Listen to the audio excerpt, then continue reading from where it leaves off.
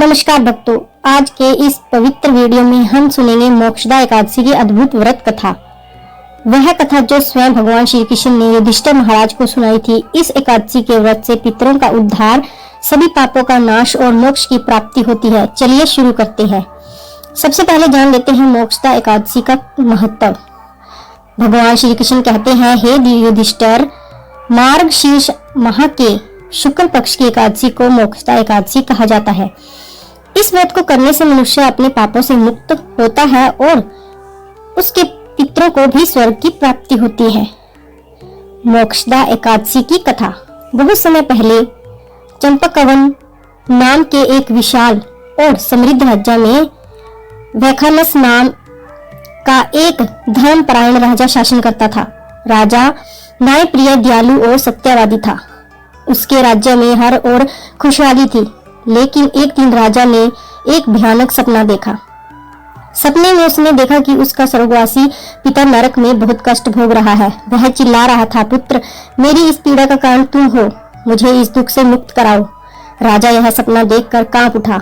उसके हृदय में वेदना भर गई और वह तुरंत अपने गुरुजनों व ब्राह्मणों के पास गया। उन्होंने कहा, हे राजन, आप इस दुख का कारण स्वयं नहीं जान सकते। आपको ऋषियों के राजा महर्षि पराशर के पास जाना चाहिए। वही आपके प्रश्न का उत्तर देंगे। राजा तुरंत जंगल की ओर चल पड़ा और कठोर तप करते महर्षि पराशर के आश्रम पहुंचा। राजा ने हाथ जोड़कर कहा, गुरुदेव, कृपया करें, मेरे पिता नरक में क्यों हैं? तब महर्षि पराशर ने अपनी दिव्य दृष्टि से देखा और बोले, राजन, आपके पिता के नरक में जाने का कारण एक छोटी सी भूल है। जीवन में किसी समय उन्होंने अनजाने में ब्राह्मण का अपमान किया था। अब उन्हें उसके फलस्वरूप कष्ट मिल रहा है।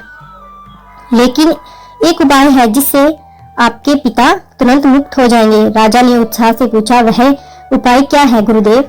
महर्षि बोले, हे राजन, आने वाली मार्गशीर्ष शुक्ल एकादशी मोक्षदा एकादशी का कठोर व्रत कीजिए।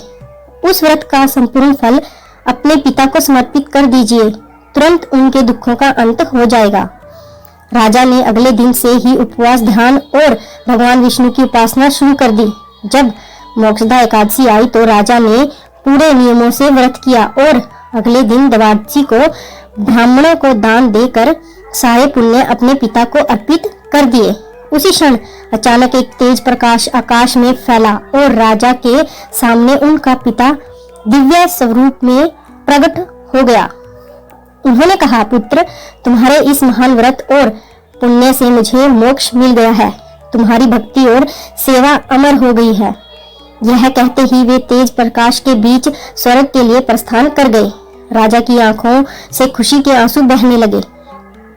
भगवान श्री कृष्ण ने कहा, हे युधिष्ठिर, इस प्रकार मोक्षदा एकादशी का व्रत न केवल स्वयं व्रती को पापों से मुक्त करता है बल्कि उसके पितरों को भी मुक्ति दिलाता है। जो भी भक्त श्रद्धा से इस व्रत को करता है उसे जीवन में शांति, सुख और मोक्ष की प्राप्ति होती है।